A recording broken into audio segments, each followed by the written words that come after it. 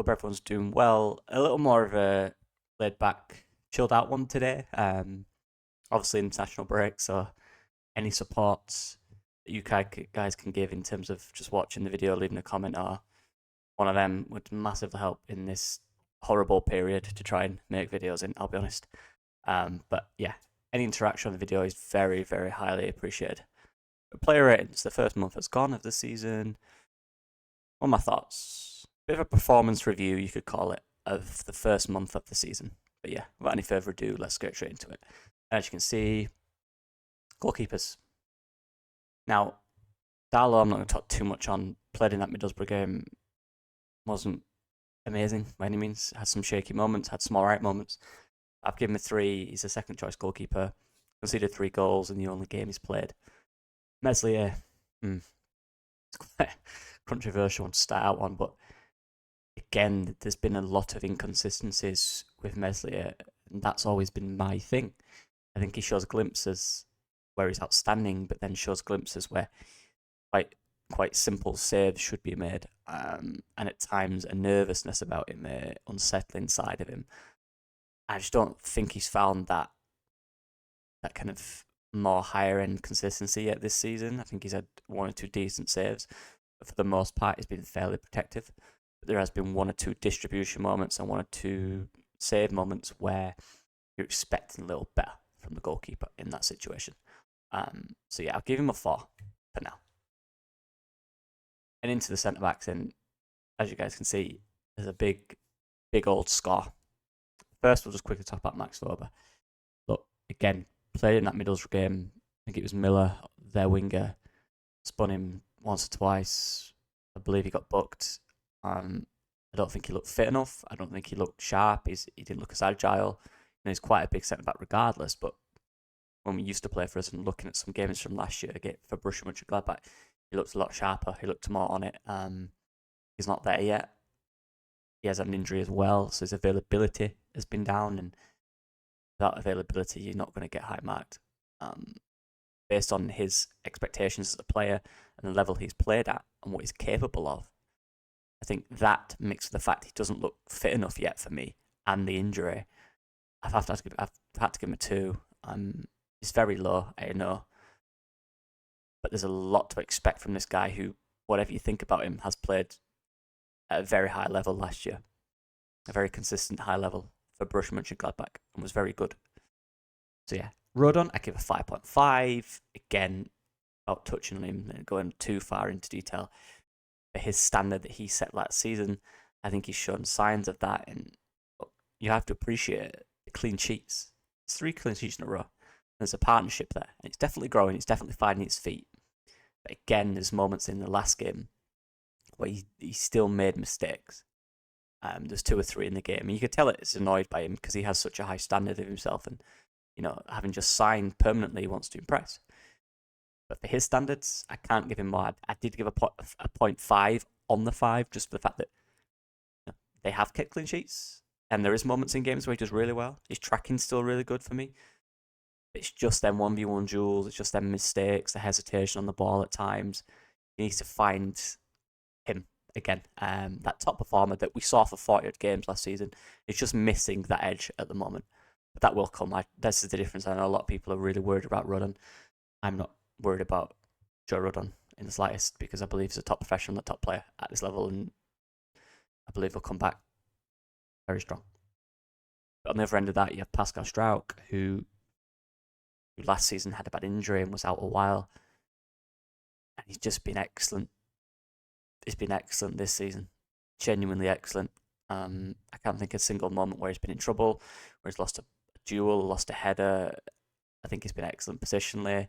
Set pieces, again, probably something he can still improve on, getting his head to it, but not quite getting the goals from it. But he looks calm. He looks calculated on the ball. He looks calm under pressure. He looks calm when he's been run at. He looks calm in duels. He looks very assured. And he's not done anything that massively screams out, but when you watch the games, he just kind of does his thing really well. I can't, on the top of my head, think of a time he's been run past. He's always had high potential as Pascal Struijk. He came through the Ajax Youth ranks from under 18s onwards, so He's always got that. He's always just had these inconsistencies with injuries, and you're just hoping that you can keep the consistent side of him, because consistent Pascal Struijk now where he is in his career, I genuinely believe his big Premier League potential in that. I really do.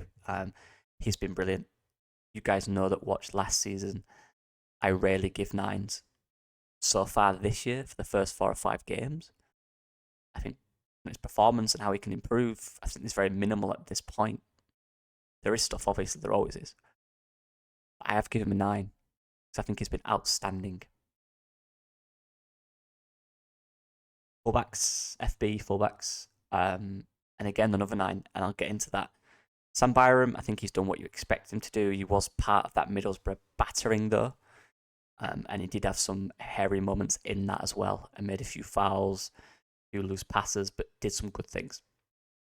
But overall, I can't give him higher than that based on that performance, and that's the largest scope we've got from him this season in the 90 minutes. And he wasn't great in that game. But Sam Byram, look, I've always liked Sam Byram since I was literally a kid. When he was first at Leeds, I wanted to be him. Genuinely, that's my era, my prime era, and I loved him. I was heartbroken when he left. And I still think he's a top professional, and I still think he's a good backup to have at this level. And as long as he's fit, he'll be fine. But the season so far, there's levels that he can still go for me when he does get called upon. So I'll give him a 4. Jayden Bogle, probably the hardest one to rank, because I do think there's obvious moments where he has been beat and he's made mistakes. Obvious ones, right? Especially looking at the penalty and the way he got beat for the other goal. But then I can look the game back, and how many times has he won that battle against the wingers? He's won the battle a lot more than he's lost it. A lot more. I gave him a 6 because there is big mistakes in there. The one against Portsmouth, for example. And that is a big mistake. It doesn't need to happen. And he's better than that. And he did get beat a little bit in previous games at the start of the game. We got put on his backside. But the reaction to those is always good for me. I think he's getting stronger defensively. And like I said, and I've said this and I'll keep saying it, he's an aggressive defender. Gets in the defender, he gets in the wingers' faces. He's aggressive with them. Sometimes, or 60-70% of the time, you win that battle. But sometimes he doesn't. And then he gets left for dead because of that. I want to see more attacking output from Jayden Bogle, I think. I don't think he's had that real end product that we've seen in pre-season where he got 2 or 3 assists. We still need to see that, him entering those real key assist zones at the edge of the box. He's still not done that yet.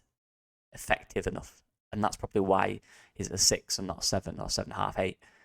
Because I need that end product from him. It's not the defensive side of it, because I kind of knew, based on the player he is, he will get beat, but he'll also win a lot of duels as well. I just need to see that attacking output a bit more for me, and that's why he's a 6. Junior Firpo. Yeah, where am I going? That way. Junior Firpo. Again, with Pascal Struijk has probably been the standout player for me this season. I think the way in which he's improved so much as a player. And everyone always talks about this, and I'm banging this drum. I was like, he's a terrible defender. He isn't. I think his positional awareness is bad. I think his decision making, timing is bad. As a defensive player, 1v1, I don't think he's bad at all. It's when he decides to rush the winger. And it's the wrong time, as it gets knocked past him. Positional. I think that's improved massively this season.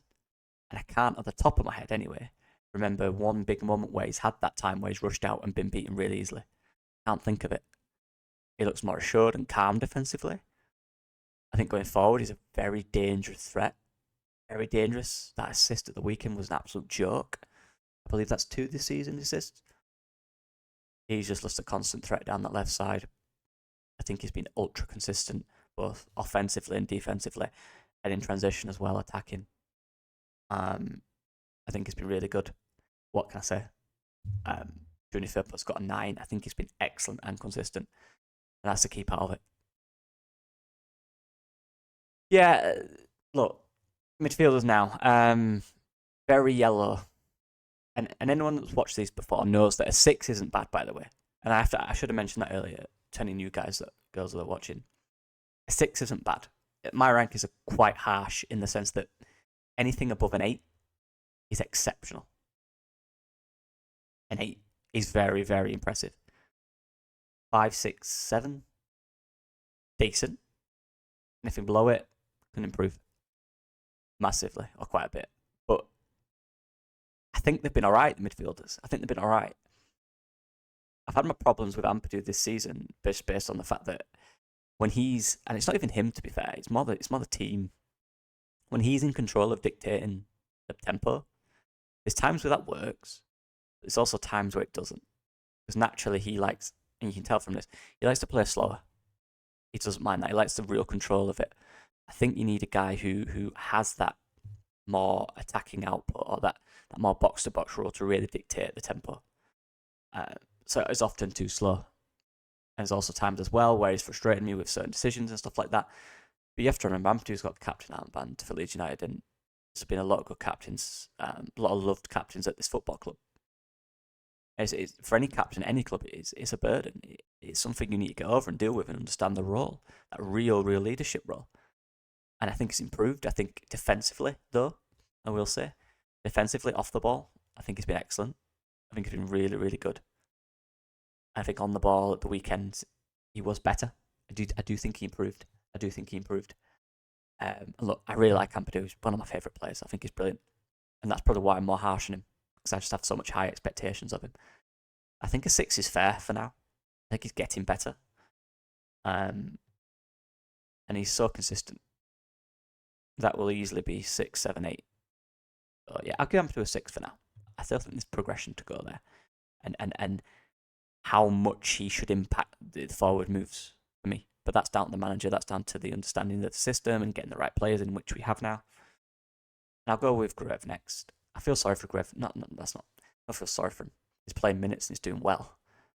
But I think ideally, in an ideal situation, Gruev is better suited to play that slightly deeper role that Ampadu seems to occupy. I think he's a better player there. But we have Ampadu there, right? So Gruev is kind of playing that more advanced at times role. We do play double pivot, but often, a lot of the time, it isn't a double pivot. The pivot often goes forward, wherever the spaces are and whatever the build-up pattern looks like. More box-to-box at times. And Gruev is doing that role, and he simply isn't that profile for me. He's a 6. He's a deep 6. And I think he's a really good deep 6. I think he's a decent 8 in the system. I think he's decent. I don't think you're going to get unbelievable things from him in that role because he simply isn't fitted to be that player. But I've liked Gruev's role this year. And people talking about Tanaka, me too included. Look, wanted that guy for a year now. I don't think Gruev loses his space so easily. Because I think he's done well. I think he's adapted well.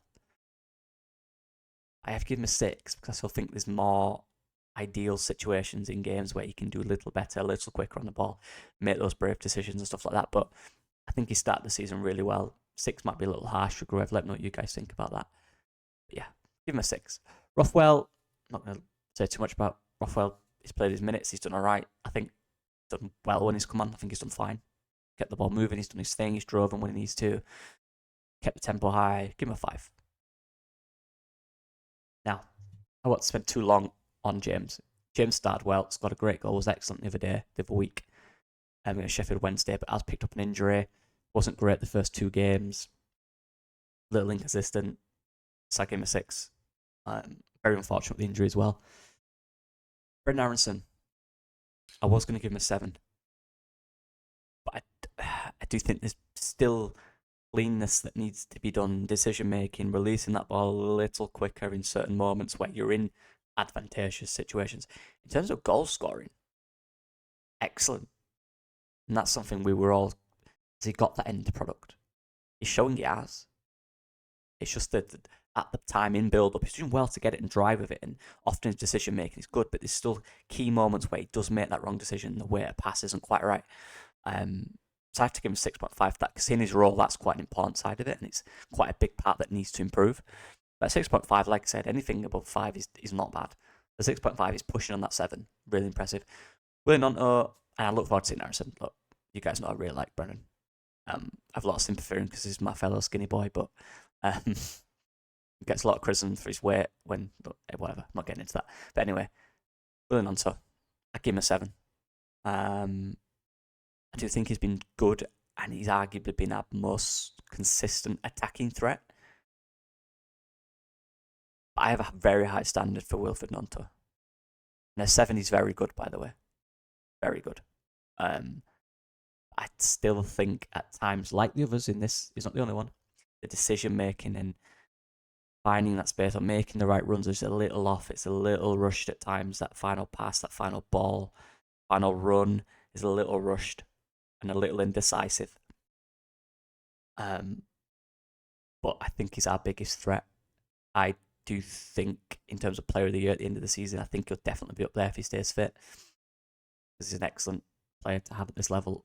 And if he can just find, like he mentioned in his interview the other day, actually, he just needs to find consistency. And he started consistent. He just needs to find that real cutting edge.